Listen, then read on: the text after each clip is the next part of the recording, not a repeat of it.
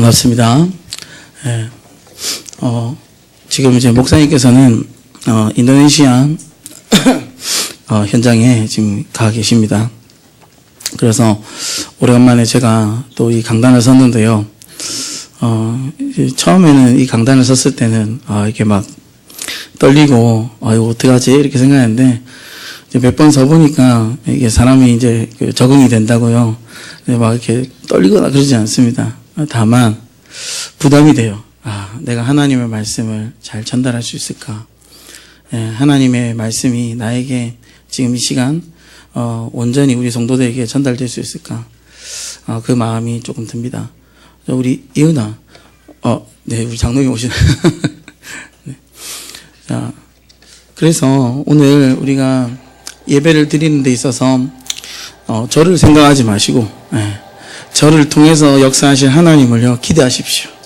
하나님께서요 저같이 무지하고 무능하고 한없이 연약한 이 사람을 세웠다는 것은요 하나님께서 저를 보지 말고 하나님 보라고 하시는 거거든요. 그래서 오늘 저와 여러분들이 오늘 말씀을 통하여서 하나님 주시는 은혜와 또 힘을 얻는 또 치유함이 있는 시간을 되시길 바랍니다. 오늘 설교의 말씀의 제목은 지혜로운 사람과 어리석은 사람입니다. 여러분들 본문을 보시면 잘 알다시피 너무나도 잘 아는 우리의 본문입니다.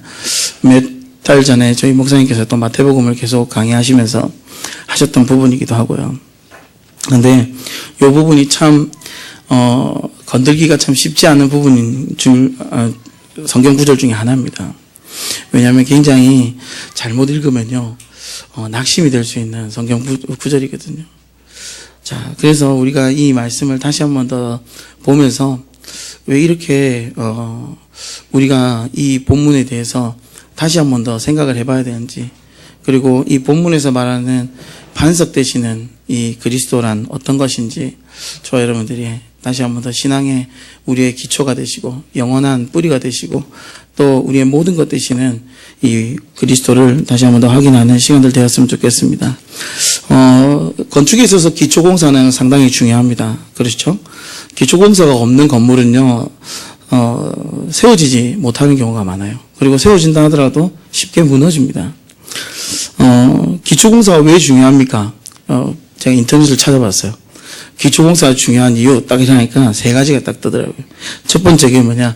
건물의 하중을 분산시키고 건물의 건물을 집안에 고정시키기 위함이다라고 나와 있어요.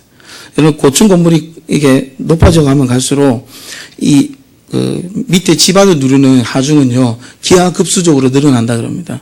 1층, 2층짜리 여러분들 주택 짓는 거하고 10층, 15층 아니면 20층 넘어가는 고층 아파트 또는 100층이 넘어가는 초고층 아파트는요 그 기초 자체가 다르다 그럽니다. 가면 갈수록요 더 복잡하고 그 과정이 프로세스가 굉장히 우리가 알 수 없는 이제 다양한 공법들이 들어간다 그럽니다. 그래서 여러분들 알다시피 우리나라에 있는 육선 빌딩이 처음 만들어졌을 때도요 그 밑에 집안 기초 공사만 해도요 수개월이 걸렸습니다. 예. 그 대부분 우리 요 밑에 공사하는 거는 그리 오래 걸리지 않는데 많은 시간이 걸린다는 거죠. 그리고 두 번째는 침수 또는 동결, 해빙으로 인한 습기와 부식으로 발생되는 집안의 윤기와 침화를 보호하기 위해서. 예. 여러분 비가 오고 또 때로는 물이 겨울이 와서 바닥이 딱딱해지고 그러면서 이 바닥이 부피가 늘어났다가 줄었다 불었다 늘었다 하면서 이게 집안이 갈라지거나 윤기가 되고 침화되거든요. 그러니까 이런 부분에 있어서 영향을 받지 않도록 기초공사를 굉장히 튼튼하게 하는 것이죠. 그리고 세 번째는 강풍이나 지진, 자연재해로 인해서 건물을 보호하고 고정시키는 역할을 한다 그럽니다. 그러니까 이 기초공사라는 것은 상당히 중요한 것이죠. 건물에서뿐만 아니라 우리 인생에 또한 우리 신앙생활에서도 기초공사는 굉장히 중요합니다. 어쩌면 기초공사가 전부일 수도 있습니다. 우리의 어떠한 신앙생활에 있어서 기초공사, 그게 뭘까요? 한번 여러분들이 생각해 보셨으면 좋겠고요. 여러분들 우리 여자분들께서 기초공사를 잘 모르실 수 있어서 한 가지 비유를 들자면 그 기초라는 뜻이 파운데이션이거든요. 여러분들 아침에 나오실 때 파운데이션에 기초 화장하고 나오시잖아요. 기초 화장이 오늘 안 먹으면 어떻습니까? 얼굴에 붕 떠요. 색조 화장이 절대 입어지지 않습니다. 오히려 가면 쓴 것처럼 나와요. 그렇잖아요. 자연스럽게 나와야 되는데 이게 자연스럽게 안 되고 뭔가 모르게 뭔가 좀 더 씌우는 듯한 느낌. 우리 여자분들 더 잘 아실 겁니다. 그러니까 기초 공사가 굉장히 중요합니다. 기초 화장이 굉장히 중요하죠. 그래서 기초 화장에 굉장히 많은 투자를 하시는 분들도 많이 있습니다. 자, 그래서 올바른 기초 공사가 되어지지 않으면은 그 건물은 하루아침에 무너지거나 볼품 없어지게 됩니다. 자, 그래서 우리의 신앙생활도 올바른 기초가 세워지지 않으면 처참하게 무너지는 것을 보게 됩니다. 그래서 오늘 우리는 신앙의 기초를 다시 한 번 더 점검하고 올바른 기초가 되시는 우리 그리스도를 우리가 다시 한 번 더 붙잡는 새롭게 하는 시간들 되었으면 좋겠습니다. 자, 오늘 본문에 이 말씀을 하기 앞서서 예수님께서 먼저 아주 무서운 말씀을 하세요. 자, 우리 21절 말씀을 같이 한번 읽어봅시다. 21절 말씀 시작. 나더러 주여 주여 하는 자마다 천국에 들어갈 것이 아니요 다만 하늘에 계신 내 아버지의 뜻대로 행하는 자라야 들어가리라. 아멘. 나더러 주여 주여 하는 자마다 천국에 들어갈 것이 아니라는 거예요. 여러분들 로마서 10장 13절에 누구든지 주의 이름을 부르는 자는 구원을 얻을 것이다. 예수 이름 외치면 구원 얻는 거 아니냐. 그럼 이 말씀을 완전히 반박하는 말씀 아니냐라고 생각할 수 있습니다. 그러면 교회를 다녀도 지옥할 수 있느냐? 지옥할 수 있습니다. 지옥할 수 있습니다, 여러분들. 교회 다닌다고 해서 지옥에서 나는 제외다. 아닙니다. 오늘 이 말씀이 굉장히 무서운 말씀은요, 내가 내 입으로 주여 주여 한다고 해서 구원을 얻는 것이 아니라는 거예요. 그러면은 로마서 10장 13절의 말씀을 완전히 반박하는 거니까 로마서 10장 13절 말씀은 잘못된 것이냐? 결론적으로 말씀드리면요, 아니라는 거예요. 자, 일단 이 본문이 우리가 이렇게 주는 그 오해의 소지가 될 수 있는 부분들을 좀 정리하고 가도록 하겠습니다. 자, 이 본문에서 말하는 주여 주여 하는 자마다 이건 누구냐면, 자, 첫 번째로 거짓 선지자를 지칭하는 겁니다. 이 말씀의 정확한 대상자는요, 겉으로는 양처럼 보이지만, 양의 모습을 하고 있지만은 속은 이리처럼 교회를 무너뜨리고 이간질하는, 돈만 바라보는 거짓 선지자들을 말하는 것이죠. 그러니까 그때 당시에 이 바리새인들과 또 서기관들 같은 사람들이에요. 이스라엘 백성들을 가르친다고 하면서도 한편으로는 자기의 의를 드러내고 자기의 이속만 챙기는 그런 무리들을 말하는 것입니다. 지금 현재로 말하면요, 저 같은 사람이에요. 예. 앞에서는 하나님 믿으라고 해놓고선 뒤에서는 호박씨 까는. 예. 그래서 저한테는 굉장히 이게 불편한 말씀이에요. 예. 그래서 이거 할까 말까 고민도 많이 했거든요. 근데 해야 되겠더라고요. 왜냐면요, 저를 치유하기 위해서는요, 하나님의 말씀이 들어가야 되기 때문이었습니다. 두 번째는요, 가짜 성도예요. 다시 말해서 종교인입니다. 교회는 나오죠. 예. 근데 이 교회를요, 또는 예수님을 자신의 하나의 부적처럼, 예, 좀 갖다 쓰는, 적당히 종교생활 하면서 하나님보다 더 자신을 우선시하는 하나님 중심이 아닌 나 중심의 사람을 말하는 것입니다. 교회를 와도요, 이런 분들은 교회의 융화가 잘 안 돼요. 또 다른 부분들도 있지만요, 이런 분들은 교회에 잘 융화 안 되고 오로지 자기 생각밖에 없습니다. 자기의 이익만 생각합니다. 그러다 보니까 남을요, 정죄를 잘해요. 나는 이렇게 하는데 너는 왜 이렇게 못하냐. 세상적인 기준으로 교회를요, 판단하고 잣대를 댑니다. 세 번째는요, 영적으로 무지한 사람입니다. 예. 종교인하고 조금 비슷해요, 요거는요. 근데 조금 다른 것은 적당히 하지 않는다라는 거예요. 신앙생활을 제대로 하려고 그래요. 제대로. 근데 어떤 일이든 이 방향이 참 중요합니다. 예. 이 방향을 어디에 잡고 내가 그 일을 하느냐에 따라 결과물이 달라지거든요. 예. 나무를 찍어서 나무를 쓰러뜨려야 되는데 나무는 안 찍고 바닥을 치고 있으면 어떻게 됩니까? 공허한 허공을 치고 있으면요, 허공에 삽질한다 그러잖아요. 방향이 잘못 맞으면요, 아무리 휘둘러도요, 헛짓입니다. 그러니까 영적으로 무지하니까 이 사람은 어떤 사람이냐, 자기가 원하는 대로 자기가 원하는 말씀을 듣는 사람이에요. 자기가 들었을 때 이 말씀을 딱 했을 때 나에게 맞다. 이 말씀 들으니까 이거 이상한데? 싫은데? 나한테 이런 말 하는 거야? 그래서 자기의 어떤 중심에, 자기 생각에, 사상에 그런 신학적인 오류에 빠져 있는 사람을 말합니다. WCC 같이 모든 종교에는 구원이 있다. 그리스도만 구원이 있는 것이 아니다. 라고 말하는 이런 사람과 같습니다. 그러니까 뭐 어떻게 생각할까요? 영적으로 분별함이 없어요. 자기 마음대로 사는 겁니다. 자, 그래서 이런 사람들을 지칭해서 오늘 주여 주여 하는 자마다 다 천국에 들어갈 수 없다라고 하는 겁니다. 자, 이런 사람들이 우리 오히려 우리 안에 숨어 있는 경우가 참 많아요. 우리가 그런 사람들의 모습을 따라 그렇게 신앙생활하는 경우가 많이 있습니다. 그렇지 않습니까? 때로는요, 내가 하나님 믿는다 그러지만요, 은근슬쩍 나도 모르게 하나님보다는 돈에 나의 삶을 집중하는 경우가 있어요. 그렇다고 우리가요, 이렇게 거짓 선지자처럼 주님을 아예 떠나 있는 사람이 아니기 때문에 하나님께서는 우리를 다시 원상태로 돌이켜 놓으세요. 그런데 이런 사람들은요, 돌이키질 않아요. 자, 그래서 이런 사람들의 특징이 있습니다. 그 첫 번째가 주여 주여 한다라는 겁니다. 여기서 주여라는 것은 완전한 복종을 의미합니다. 나의 인생의 주인이 누구시냐? 바로 하나님이시다. 나의 삶의 주권자는, 그리고 주권자는, 그리고 나를 통치하시는 분은 누구냐? 바로 하나님이시라는 거예요. 나의 충성과 나의 고백을 받으시기에 합당하신 분이 바로 하나님이시라는 사실을 고백하는 거예요. 그런데 여러분들 너무 쉽게 주여 주여 한다는 거예요. 때때로 우리가 힘든 상황에서, 어려운 상황에 만나면, 벅찬 문제를 만나면요, 어떻게 합니까요? 주여 이렇게 합니다. 예, 왠지 모르게 좀 이렇게 그 탄성처럼, 예, 또 고백처럼, 이러한 고백은요 당연한 거예요. 여러분들 이런 고백들을 한다는 것 자체가요, 여러분들 안에요, 성령님께서 말할 수 없는 탄식으로요, 지금 여러분들을 다루고 계신다는 사실을 기억하시기 바랍니다. 근데 제가 말하는 이 주여는요, 요거 아니에요.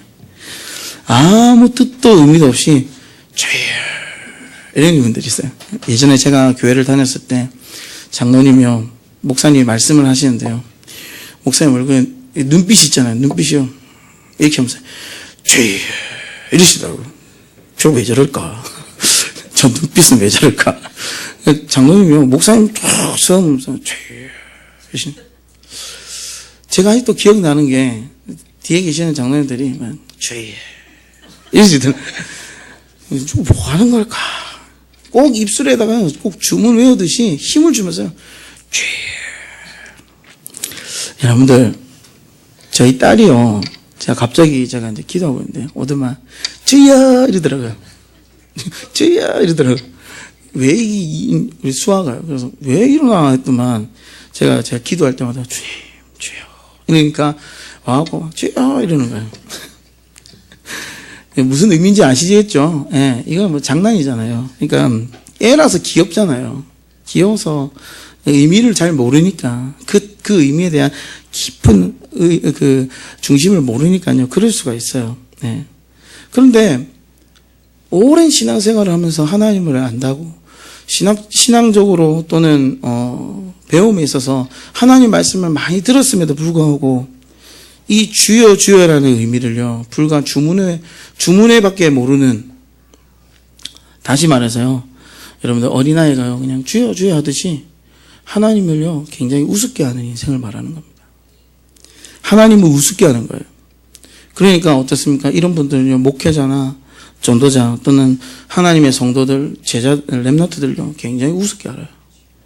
제가 다녔던 어릴 때 교회, 굉장히 하나님께서 많은 응답을 주셨던 교회이기도 한데요, 그 교회에 있었던 장로님들이 얼마만큼 하나님 앞에 이런 불평들과 그 다음에 잘못된 신앙들을 갖고 있었는지 목사님만 보면요 절레절레 고개를 흔듭니다. 제가 봐도 목사님이 뭐 잘나거나 못나거나 그런 건 모르겠어요. 그러나 목회자나 전도자나 성도들을 굉장히 우습게 합니다. 이것이요, 하나님의 진노를 가장 빠르게 쌓는 방법 중에 하나입니다. 하나님의 진노를요, 그대로요, 자기 앞에 정립하는 거예요. 목회자 또는 전도자를 함부로 대하고 교회 안에 있는 성도들과 렘넌트를 우습게 알고 하나님의 말씀과 역사를요 경시하고 우습게 하는 사람들 중에 제가 제대로 서게 본 사람들 본 적이 없습니다. 성경에도 보시면요, 사무엘상 6장 20절에서 23절에 미갈이라는 여자가 나와요. 미갈이 누군지 아시죠? 사울의 딸이에요. 사울 왕의 딸인데 이 미갈이요, 다윗이 많은 사람들 앞에서요, 하나님의 언약궤가 다윗성으로 들어오는 것을 보면서요, 그 기쁨에 이기지 못해서요, 온 옷을 다 벗고 팬티 바람에 속옷 차림에 사람들 앞에서요 열심히 춤을 추는 거예요. 그러면서 하나님을 찬양하는 겁니다. 그러니까 너도 나도 할 것 없이 백성들이요 나와서 같이 춤을 추는 거예요. 춤을 추면서 하나님 찬양하는 겁니다. 근데 이 미갈이라는 여자가요, 왕궁 저 뒤편 구석에서요, 그 다윗을 쫙 쳐다보면서 뭔 생각을 하냐면 비웃습니다. 그러니까요, 다윗이 춤추고 기쁜 마음으로 딱 들어가는데요, 바로 찬물을 끼얹어요. 어떻게 하느냐? 이런 말이에요, 이런 말. 우리 왕께서 정말 멋있게 하고 돌아오셨네요. 이러는 거예요. 아주 그냥 비꼬는 거예요. 예. 아주 그냥 멋있게 그냥 백성들 앞에 아주 풍채 있게 하고 돌아오셨네요. 이렇게 얘기하는 거예요. 그러면서 막 비꼬듯이요, 막 다윗을요 공격합니다. 근데 참 다윗은 멋있는 사람이에요. 다윗이요, 나는 하나님을 찾는 게 너무 좋다. 난 이것이 내가 가야 될 가장 좋은 것이다 라고 얘기합니다. 결국요, 이 미갈은요 죽는 그날까지요 자녀가 없이 태에 하나님의 축복을요 닫아버리셨어요. 그 시대에 자녀가 없다라는 건요, 결혼한 여자가 자녀가 없다는 건요 쓸모없는 사람이에요. 굉장히 가치 없는 인생을 말하는 겁니다. 그런데 저와 여러분들은요, 하나님을 높이며 또한 목회자와 전도자와 우리 성도님들과 우리 렘넌트들을 존중하고 존귀하게 여기시기 바랍니다. 그러면요, 하나님께서요 여러분들 높이실 거예요. 여러분들 높이실 거예요. 이러한 사람은요, 하나님의 보호하심과 은혜가요 날마다 있어요. 다윗을 보십시오. 다윗이요, 죄를 지어도요 하나님께서요 그를요 지그시 그를 누르시면서 깨닫게 하세요. 죄인들은요 하나님의 진노가 바로 임하지만 하나님의 자녀들은요 죄를 짓게 되면 하나님 깨닫게 하세요. 이런 하나님의 보호하심과 은혜가 저와 여러분들에게 있을 줄 믿습니다. 자, 두 번째 특징은요, 우리가. 여기 보시면은, 자, 22절에 그날에 많은 사람이 나더러 이르되 주여 주여 우리가 라는, 자, 크게 의미를 둘 만한 단어는 아닙니다. 근데요, 이 단어를 잘 보시면요, 적지 않은 의미를 담아두고 있어요. 자, 우리가, 구원을 받은 우리가 하나님의 말씀에 순종하고 충성하고 복종하는 것은 지극히 당연한 일입니다. 그렇죠? 하나님 말씀 따라가야 되는 사람들이기 때문에 그렇습니다. 왜냐하면 그러니까 이 구원받은 것이 우리가 얻어서 구원받은 것이 아니라, 여러분들이 노력해서 얻은 것이 아니라 하나님 주신 은혜이기 때문에 그 은혜에 우리는요 보답하기 위하여, 또는 그 은혜로 말미암아 살기 위하여 우리 하나님의 말씀에 전적으로 따라가는 것이죠. 그리고 예수님의 십자가의 죽음이 아니었으면요, 우리는 이 죄의 문제가 해결이 안 돼요. 이 죄의 문제, 다시 말해서 하나님을 믿지 않고 하나님을 떠나 있는 상태를 말합니다. 이 문제를 우리가 헤어나올 수 없기 때문에요, 하나님께서는요, 그리스도의 생명을 통해서, 십자가를 통해서 우리를 구원하신 겁니다. 정말 큰 은혜를 받은 겁니다. 말할 수 없는 은혜와 말할 수 없는 축복을 받은 것입니다. 여러분들 한번 생각해 보세요. 돈으로 세상의 그 어떤 것으로도, 값으로도 살 수 없는 그 은혜. 우리가 대부분 그걸 목숨을 바쳤다 그러죠. 목숨을 빚진 은혜를 여러분들 얻었다면은, 여러분들 한번 생각해 보세요. 우리가 그 사람한테 무언가를 줘요. 무언가를 줍니다. 너무 고맙다면서. 근데 이게 뭔지 아냐면서. 이게 내가 저기서 사온 거라고. 비싼 거라면서. 자랑할 수 있습니까? 목숨을 빚졌는데요. 여러분들 자랑할 수 없어요. 오히려 주면서 미안하다 그래요. 고작 이거밖에 너한테 해줄 게 없다고. 나는 목숨을 빚졌는데 너에게 고작 이거 별거 안 되는 거 오히려 주면서요 미안하고 부끄러워요. 그렇죠? 하나님이 우리에게 주신 구원의 은혜가, 여러분들 그만큼 은혜가 넘치고 감사하고 감격해야 되는데 우리가 이 고백을 해야 되지 않겠습니까? 하나님, 저는 무익한 종입니다. 내가 하나님께 드릴 것이 없고 또 드린다 하여서 오히려 더 부끄럽습니다. 라고 고백해야 되는 것인데 오늘 여기서 뭐라 나옵니까? 우리가 주의 이름으로 선지자 노릇했습니다. 다시 말해서요, 내가 예수 이름으로 복음 전했어요. 내가 예수 이름으로 귀신도 쫓고요, 내가 예수 이름으로 치유하고 능력도 나타냈습니다. 맞는 말 같죠? 그런데요, 어디 하나 겸손한 구석이 없어요. 어디 하나 하나님을 향한 간절한 그 은혜에 대한 그 감격과 그 기쁨, 자기 자신을 겸손하게 내려놓는 그 모습이 하나도 없어요. 우리가 했습니다. 내가 했습니다. 전부 다 나 중심이에요. 저는 이 구절을 묵상하면서 혹시 나도 이러고 있지 않은가 생각해봤어요. 제가 처음에 얘기했죠. 이 구절 이 본문 참 잡기 제가 너무 힘들다고요. 복음 전함답시고 바쁘다고 아는 척하고 능력도 없으면서 능력 있는 척하고, 우리 성도님들 문제가 생기면 저한테 말씀하시잖아요. 그러면 제가 답 준다듯이 막 얘기합니다. 지도 답 없으면서, 지도 문제 앞에서 쓰러지면서. 그렇잖아요. 제 얘기하는 겁니다. 지금 제 얘기하는 겁니다. 예, 그 지가 접니다. 예. 능력도 없는 것이 전부 다 내 생각밖에 없는 거예요. 혹시나 우리 성도님들, 또 여기 계신 우리 모든 렘넌트들, 이런 모습을 내가 갖고 있다면요, 우리 자신을 살펴보시기 바랍니다. 그리고요, 그걸요 버리세요. 여러분들, 우리가 너무 잘난 것이 하나도 없어요. 여기서 바울이 그랬지 않습니까? 우리가 문벌 좋은 자도 없고, 그렇다고 뭐 세상 앞에서 뭐 배경이 있는 것도 아닙니다. 여러분들, 여기서 뭐 이건희 회장 정도 되는 돈을 갖고 계신 분 계십니까? 없죠. 네, 그렇습니다. 네. 세상에 내세울 것 만한 게 없어요. 뭐 이건희 회장이라고 내세울 만한 게 있습니까? 부끄럽죠. 자, 우리의 어떤 그런 모습들을요, 오늘 이 시간 다시 한번 돌아보면서 혹시나 우리 안에도 나 중심의 일에 있는, 나 중심의 어떤 신앙생활을 갖고 있지 않는가 돌이켜보시면서 회개하는, 또 하나님 치유받는 저와 여러분들 되시기 바랍니다. 세 번째 특징이 있어요. 그게 뭐냐? 행하지 아니하였으니까.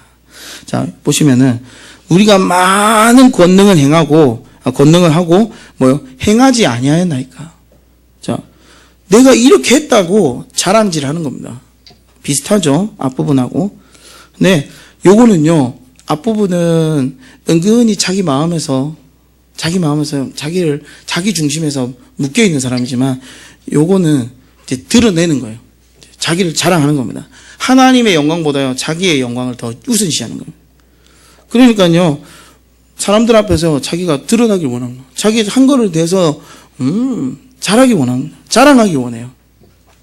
바울은요, 자기는 죽고 그리스도가 발견되기 원한다라고 얘기해요. 아무리 많은 일을 해도 바울은요, 항상 뭐라 그러냐면, 내가 아닌 그리스도가 발견이 되게, 내가 아닌 그리스도가 살길. 사랑하는 우리 성도님들, 여러분들은 그리스도 안에서 죽은 존재입니다. 그렇죠? 여러분들 죽은 존재예요. 더 이상 살아있는 존재가 아니에요. 그래서 나를 위해서 사는 것이 아니라 누굴 위해서 사는 것입니까? 그리스도를 위해 사는 것입니다. 복음을 위해 사는 것입니다. 나를 위해 사는 것이 아니라 오늘 그리스도를 위해서 사는 것입니다. 오늘 이 축복이 저와 여러분들이 있으시길 바랍니다. 자, 여기까지 계속 찌르는 말을 했어요. 막 미치겠잖아요. 예, 왜 이렇게 계속 찌르시지? 찔리시는 분들도 있을 거예요. 전도서 12장 11절에 보면은 지혜자의 말씀은 찌르는 채찍과 같다라고 나와 있어요. 그리고 회중의 스승들의 말씀들은 잘 박힌 목과 같이 한 목자가 주신 바라는 거예요. 하나님이 주신 말씀이라는 거예요. 오늘 이 말씀을 여러분들 안 목사님이 저 또 어때 나한테 어딜 보고 얘기한 건가 이렇게 생각할 수 있습니다. 근데 전혀 전 모릅니다. 예. 전 전혀 몰라요. 어떤 건지. 이건 하나님이 주신 말씀이라고 생각하십시오. 하나님께서 여러분들에게 지그시 누르고 계신다는 거예요. 요거 바꿔야 돼 하면서. 자, 그래서 사실 저도 이 본문을 하지 말까 딴 걸 할까 했는데 반드시 해야지만이 우리의 신앙의 기초가 제대로 다시 싸워질 수 있기 때문에 이 말씀을 드리는 겁니다. 그래서 오늘 이 부분에 걸려있는 분들이 계시면 오늘 말씀을 통해서 고침을 받으시고 하나님의 은혜 앞에 나오는 저와 여러분들 되시기 바랍니다. 자, 이제 그러면 이러한 사람들의 결과를 23절에 정확하게 설명하고 계십니다. 같이 한번 읽어봅시다. 시작. 그때 내가 그들에게 밝히 말하되 내가 너희를 도무지 알지 못하니 불법을 행하는 자들아 내게서 떠나가라 하리라. 아멘. 이런 사람들은요 하나님께 쫓겨나가요. 공동체 안에 속해 있기가 힘듭니다. 진짜 하나님의 은혜 가운데 있기 힘들어요. 왜? 뭐가 문제죠? 불법을 행하기 때문에 그렇습니다. 자, 불법이라는 말이 뭐냐면 헬라어로 아노미아. 다시 말해서 말씀에서 빗나갔다라는 거예요. 말씀에서 엇나갔다라는 거예요. 그러니까 하나님의 말씀대로 하지 않는다는 거예요. 하나님의 말씀을 듣지 않는다라는 거예요. 자, 여러분들 하나님의 말씀이라는 건요. 하나님의 뜻을 말해요. 하나님의 뜻대로 하지 않았다는 거예요. 자, 그러면 하나님의 뜻이 뭘까요? 자, 하나님의 뜻대로 해야지 천국에 들어간다는 거예요. 자, 여러분들 죄송합니다. 기침이 많이 나와서. 자, 하나님의 뜻이 뭘까요? 하나님의 뜻. 자, 24절을 우리 같이 한번 읽어봅시다. 시작. 그러므로 누구든지 나의 이 말을 듣고 행하는 자는 그 집을 반석 위에 지은 지혜로운 사람 같으니. 자, 하나님의 뜻. 자, 하나님의 뜻을 행하고 준행하는 사람은 반석 위에 집을 지은 사람과 같다라고 하겠습니다. 요한복음 6장 40절에 보면요. 하나님의 뜻이 무엇인지 설명해 놨어요. 여러분들 요한복음 6장 40절을 한번 찾아보시겠어요? 요한복음 6장 40절.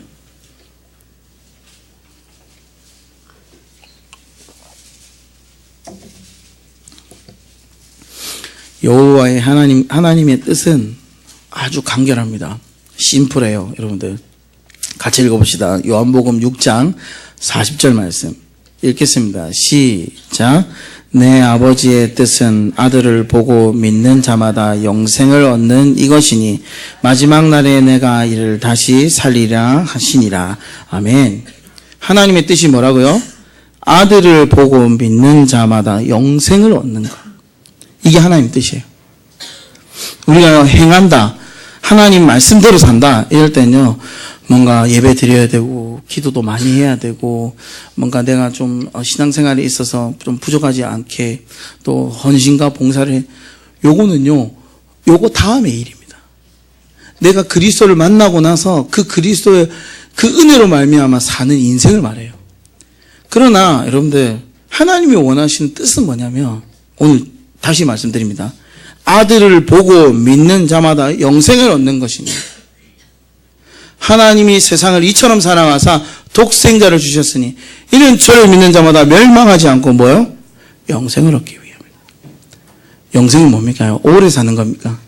죽지 않고 영원히 사는 것입니까? 그 말도 맞죠. 근데 더 중요한 건요 우리의 영혼이요 살아나는 걸 말해요. 영원한 생명을 말하는 거예요. 주님과 함께하는 인생을 말하는 거예요. 자, 그래서 여러분들 이 말씀을 딱 오늘 이 24절 말씀에 딱 대입해보면 어떻게 됩니까? 그러므로 누구든지 아들을 보고 믿는 자마다 영생을 얻으니 그 집은 반석 위에 지은 지혜로운 사람과 같다. 아멘이십니까? 여러분들 집을 짓는 이 주축, 다시 말해서 여러분들 이 기둥을요 어디다가 박아야 되느냐. 우리 인생에 가장 중요한 신앙생활의 기초이자 우리의 모든 것 어디에 서 있어야 됩니까? 그리스도에 서 있어요. 예수 믿으십시오. 다른 말 제가 드릴 수가 없어요. 예수 믿으십시오. 오늘 이 시간 예수님을 안 믿는 분이 계시면요 예수님 믿으십시오. 왜요? 우리의 모든 문제는요 예수님을 믿지 않기 때문에서부터 시작되는 겁니다.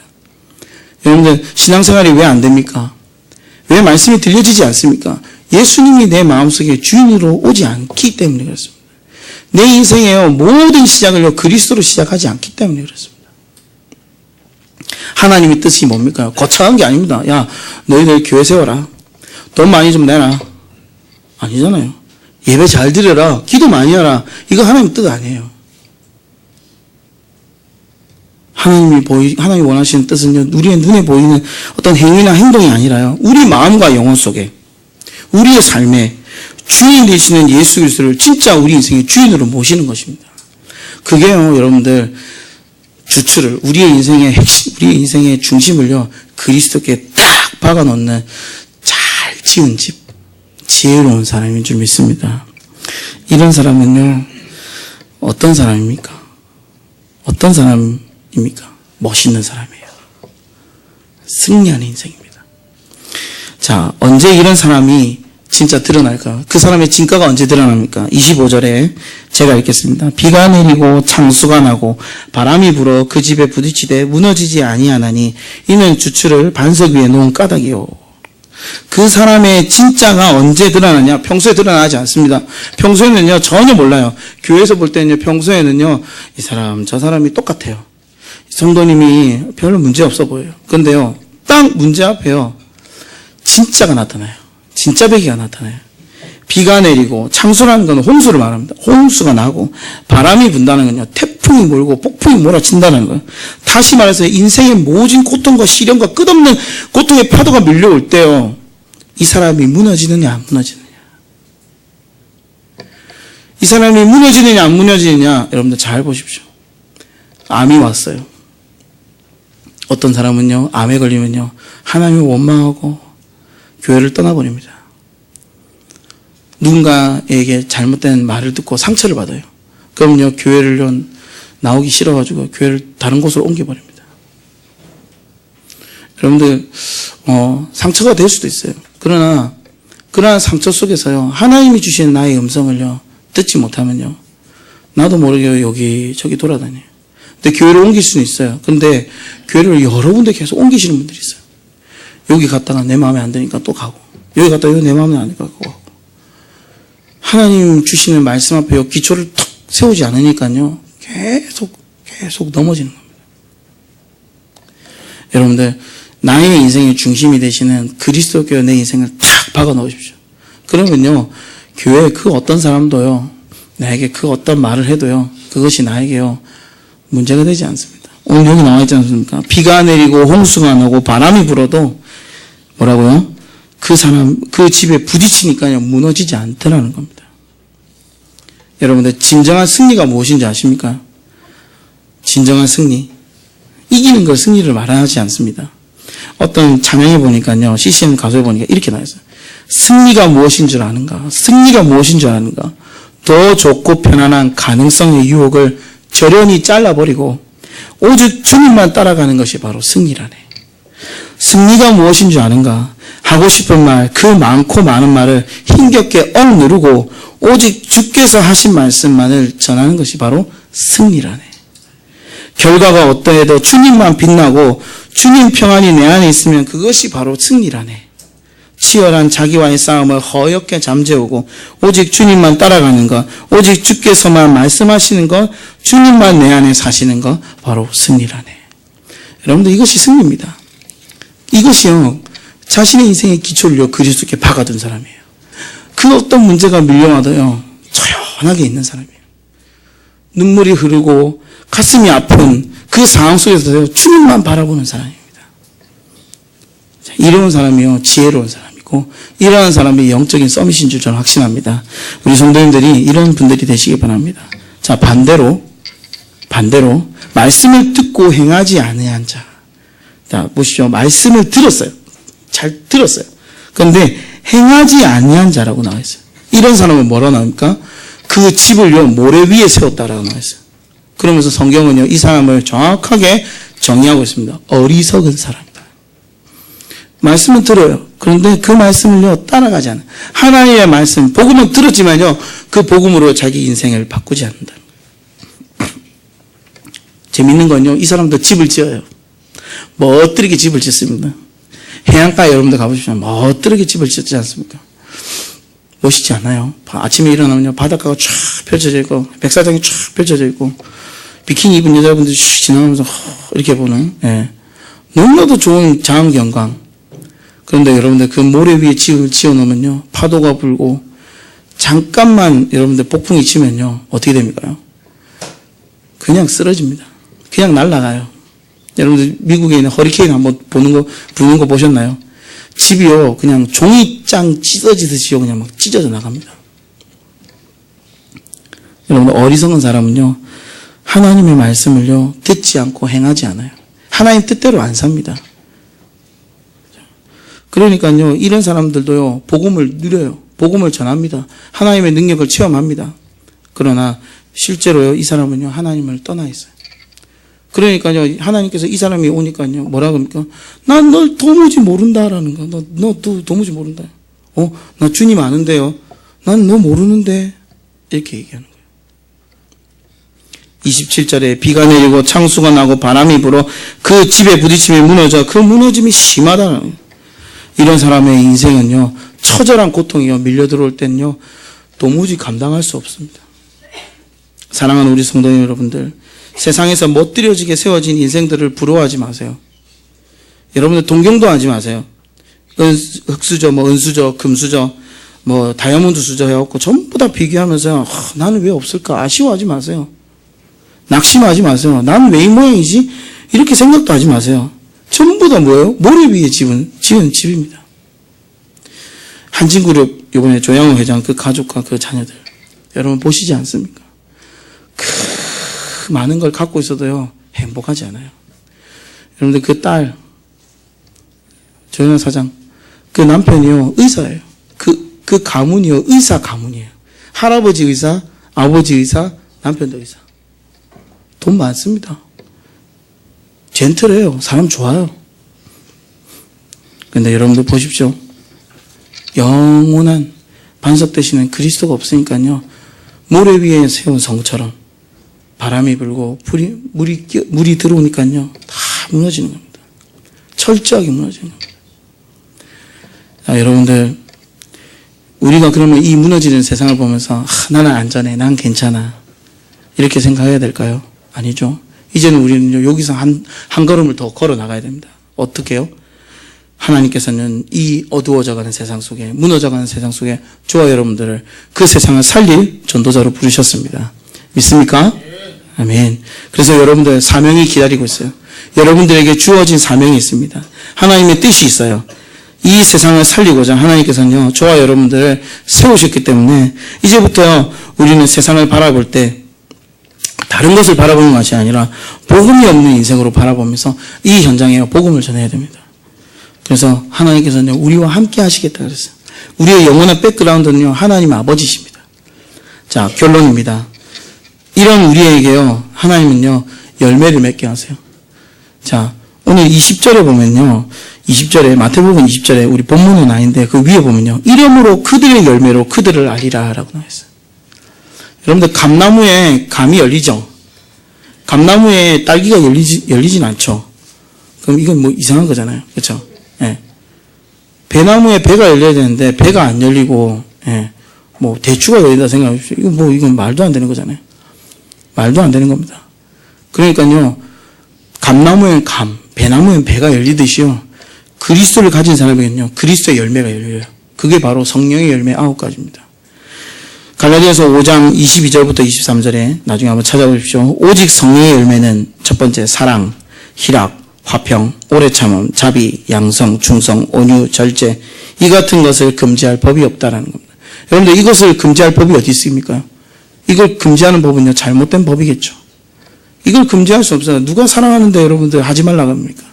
누가 희락과 화평과 오래 참음과 자비와 양성과 충성과 온유와 절제를 하는데 누가 이걸 막겠습니까? 이것이 우리의 열매로 나오길 바랍니다. 우리 교회의 모든 성도님들이 이 열매를 맺는 사람들 되시기 바랍니다. 그래서 첫 번째 사랑, 주 안에서 서로 사랑하십시오. 주 안에서. 성도님들 여러분들 사랑하십시오. 나에게 혹시나요 마음에 상처되는 말을 해도요 사랑하십시오. 내 원수를 뭐라고요? 내 몸과 같이 사랑하라 하셨던 주님의 말씀을요 붙잡고요 주님 내가 그 사람 사랑하게 해달라고. 지금은 안 돼도 기도하십시오. 두 번째로 희락. 주님 안에서 즐거워하십시오. 주님 안에서 즐거워하십시오. 세상의 것으로 즐거워하지 마세요. 맛있는 음식 먹고 즐거워할 수 있습니다. 그러나요, 더 깊은 즐거움은요, 주님 안에서 주시는 말씀의 은혜와 기도로 여러분들 그 즐거움을 누리시기 바랍니다. 그리고 세 번째 화평입니다. 주 안에서 평안을 체험하십시오. 세상에 많은 문제가 달려오더라도 주님 안에 있으면서 오는 평안을요, 체험해 보십시오. 넉넉한 주님의 그 은혜가요, 여러분들에게요, 충분하게 역사하실 줄 믿습니다. 그리고 네 번째, 오래 참읍니다. 주 안에서 묵묵히 기다리십시오. 하나님의 시간표와 계획이 있어요. 그 뜻을 따라 여러분들을요, 하나님 인도해 가십니다. 다섯 번째입니다. 자비입니다. 주님 안에서 용서하시고 은혜로 베푸세요. 아까 사랑과 좀 같이 연결된 부분들입니다. 용서하시고 은혜를 베푸시고, 양선. 주님 안에서 선한 일을 즐겨 하십시오. 남을 돕고 봉사하고 선한 일을 하는 것은요, 우리 기독교인으로서 당연한 일입니다. 이번에 우리 이남수 지사님과 우리 박영아 지사님이요, 이 밑에 계신 노인정에 또 함께 저희들 봉사활동 하시겠다고 마음을 먹으셨어요. 얼마나 멋있습니까? 여러분들, 이러한 일에 우리가 같이 동참해서 같은 일을 할 수 있도록 막 그거 갖고요, 막 짜증내실 필요 없잖아요. 그렇잖아요. 쟤들은 뭐냐 이렇게 할 필요는 없잖아요. 그렇잖아요. 얼마나 좋은 일을 하시는 거예요. 이 일을 통해서 우리가 주 안에서 그리스도의 복음을 전하는 것입니다. 충성입니다. 주님 말씀만 따라가십시오. 다른 거 따라가지 마시고 말씀만 따라가십시오. 강단 말씀에 여러분들이요, 생을 거시는 저와 여러분들 되시기 바랍니다. 온유입니다. 주님 안에서요, 기쁨으로 남을 섬겨주십시오. 오늘 여기 계시는 우리 성도님들, 우리 렘넌트라고 해서요, 그냥 대충 보지 마시고요, 렘넌트도 섬겨주세요. 아직 연약하고 부족한 우리 렘넌트지만요, 얼마나 이쁩니까? 교회 안에서 와서요. 네, 그렇죠. 그리고 절제입니다. 주님 안에서요, 다른 데 보지 마시고 주님만 바라보십시오. 너무 우리가요, 절제 없이요, 세상에 막 빨려 들어가고 있습니다. 주님만 바라보는 저와 여러분들 되시기 바랍니다. 마지막으로 그들의 열매로 그들을 안다라고 했습니다. 오늘 저와 여러분들이 하나님이 주시는 그 성령의 열매로 정말 그리스도의 하나님의 사람으로 기초를 세우고, 또 하나님께서 여러분들에게 하나님이 주시는 그 축복으로 살아가는 오늘 하루가 되시길 예수 이름으로 축복하고 축원합니다. 같이 기도하겠습니다. 하나님 감사합니다. 우리가 지혜로운 사람과 어리석은 사람을 배웠습니다. 우리 인생의 중심이 그리스도에게 있는 사람은 어떤 문제 속에서도 무너지지 않는 하나님의 은혜를 아는 지혜로운 사람인 줄 믿사오니, 하나님 오늘 이 시간 우리의 어리석음을 주님 깨닫게 하시고, 오늘도 우리의 마음과 생각 속에 잘못된, 또한 각인되어 있는 우리의 모든 이런 생각들과 사상들과 놓친 부분들을 깨닫게 하셔서 오늘도 그리스도께 나의 인생의 주추를, 나의 모든 인생의 중심을 드리는 우리 모든 성도들 될 수 있도록 주님 축복하시고 은혜 다하여 주옵소서. 살아계신 예수님의 이름으로 기도합니다. 아멘.